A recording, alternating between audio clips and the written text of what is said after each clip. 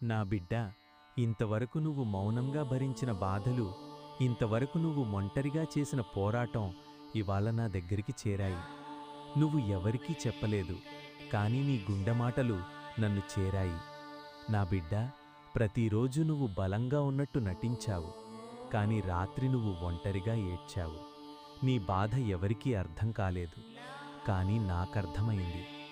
నీ జీవితం ఎందుకు ఇలా అయింది అని నువ్వు నన్నే అడిగావు కదా, స్వామీ, నేను తప్పేం చేశాను అని. విను నా బిడ్డా, నీ కన్నీళ్ళు నీ బలహీనత కాదు, అవి నీ శుద్ధమైన మనసుకి గుర్తు. నీ ఆలస్యం నిరాకరణ కాదు, నీ జీవితానికి నేను సిద్ధం చేస్తున్న సమయం. నువ్వు పడిన ప్రతి అపజయం నీ మీద శాపం కాదు, నీ భవిష్యత్తుకు పునాది. నిన్ను నిరాశపరిచిన మనుషులు, నిన్ను తక్కువ చేసిన మాటలు, నీ మీద వేసిన నిందలు